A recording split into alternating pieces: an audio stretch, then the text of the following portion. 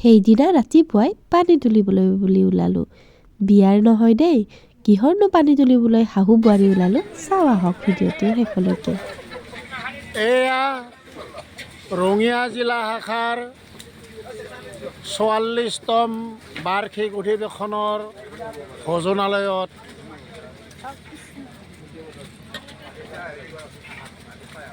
চব্জি কাটি থকাৰ দৃশ্য।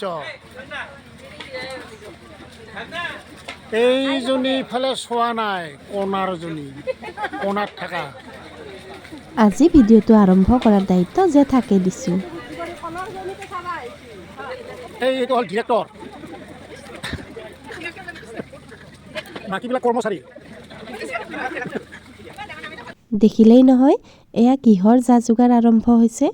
আচলতে এই বছৰ ৰঙিয়া জিলা শাখাৰ বাৰ্ষিক অধিৱেশনখনি আমাৰ আঞ্চলিক নামঘৰত অনুষ্ঠিত হৈছে আৰু সেয়ে ভকতসকলক আপ্যায়ন কৰাৰ উদ্দেশ্যে আমি ৰাতিয়েই সকলো পাচলি কাটি মেলি ঠিক কৰি থৈছিলোঁ। সেইদিনা ৰাতিপুৱা বতৰটো খুব বেয়া আছিল, তথাপিও ভকতসকলে ৰাতিপুৱাই আহি সংঘৰ মূল ধ্বজাখন উন্মোচন কৰিলে। এয়া উন্মোচনৰ কিছু দৃশ্যাংশ।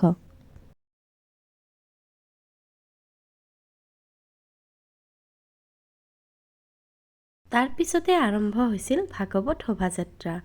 সকলো মানুহে যেন ভক্তিৰ ৰূপত বিলীন হৈ পৰিছিল সেইদিনাখন। তাৰপিছতে এই ভাগৱত শোভাযাত্ৰা কাৰ্যসূচীভাৱে আমি ৰূপায়ণ কৰিম আৰু এই কাৰ্যসূচীভাৱে সফলভাৱে আনুষ্ঠানিকভাৱে উদ্বোধন কৰাকৈ আমি আমন্ত্ৰণ কৰিছোঁ আমাৰ তামোলপুৰ আঞ্চলিক শাখাৰ প্ৰাক্তন সম্পাদক গোবিন্দ দাসগৰাকী। আৰু তেখেত আহি মানুহ উপস্থিত হৈছে। সংস্থাপিত হোৱাৰ পিছতেই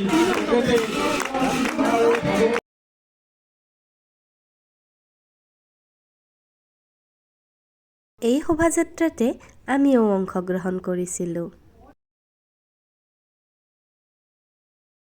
সেইদিনা সকলোফালে কেৱল শ্ৰীমন্ত শংকৰদেৱ আৰু মাধৱদেৱৰ দ্বাৰা বিৰচিত গীত মাত নামবোৰৰ জোৱাৰ উঠিছিল। আৰু মাজে মাজে মই এনেদৰে কিছু মুহূৰ্ত আবদ্ধ কৰি ৰাখিছিলোঁ। এয়া গুৰু আসন।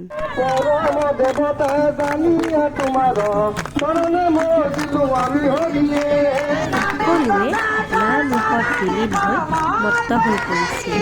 কিমান যে ভাল লাগিছিল।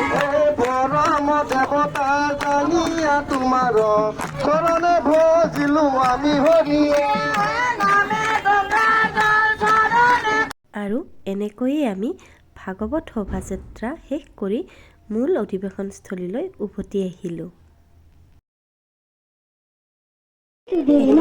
বহু মৰম লগা মহিলা এজনীৰ কথাৰে ধন্যবাদ।